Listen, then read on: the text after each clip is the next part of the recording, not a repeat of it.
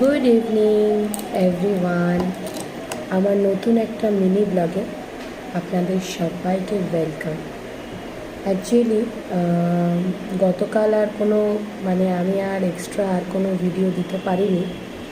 আমি বলেছিলাম যে আমার শরীরটা একটু ভালো নেই।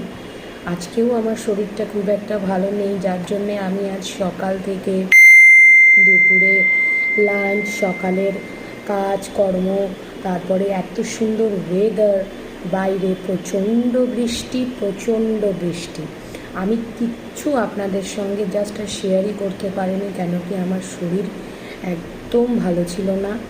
এখনও ভালো বলবো না, তবে একটু আগে ঘুমটুম থেকে উঠেছি, ঠাকুরের কাজকর্ম করে উঠলাম, তো এখন একটু ভালো আছি আগের থেকে।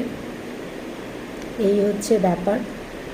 আমার হাজব্যান্ড আজকে অফিস যায়নি, ও আজকে সারাদিন বাড়িতে ছিল। তো আজকে তো এত সুন্দর ওয়েদার, আজকে হচ্ছে একদম খিচুড়ি, ইলিশ মাছ ভাজা, এইসব খাবার ওয়েদার, তাই না? তো কার কার বাড়িতে আজকে খিচুড়ি আর ইলিশ মাছ ভাজা রান্না হলো? আমার বাড়িতে তো আজকে একদমই খিচুড়িও হয়নি, ইলিশ মাছও হয়নি। আমার বাড়িতে সিম্পল আজকে পাবদা মাছের ঝোল রান্না হয়েছিল, আলু বেগুন বড়ি দিয়ে, অড়হরের ডাল হয়েছিল, উচ্ছে বেগুন ভাজা হয়েছিল, আর পাঁপড় ভাজা হয়েছিল। এটা হচ্ছে দুপুরে। এইবারে আপনাদের সাথে আমি অবশ্যই শেয়ার করব রাতের ডিনারে স্পেশাল কী আছে। অবশ্যই আমি আপনাদেরকে দেখাবো, ঠিক আছে? আমি শেয়ার করব আপনাদের সাথে।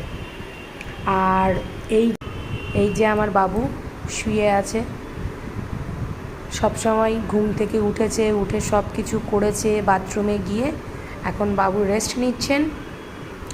বাবুর খাওয়ার টাইম হচ্ছে রাত্রি 9টা, ওর ডিনার টাইম, তো উঠে তারপরে ডিনার করবে। তো এত দূর অবধি আপনাকে আপডেট দিলাম আপনাদের। এরপরে আমি দেখাবো আজকে রাতের স্পেশাল ডিনারে কি কি আছে। আপনারা আজকে কে কী রাতে ডিনার করছেন?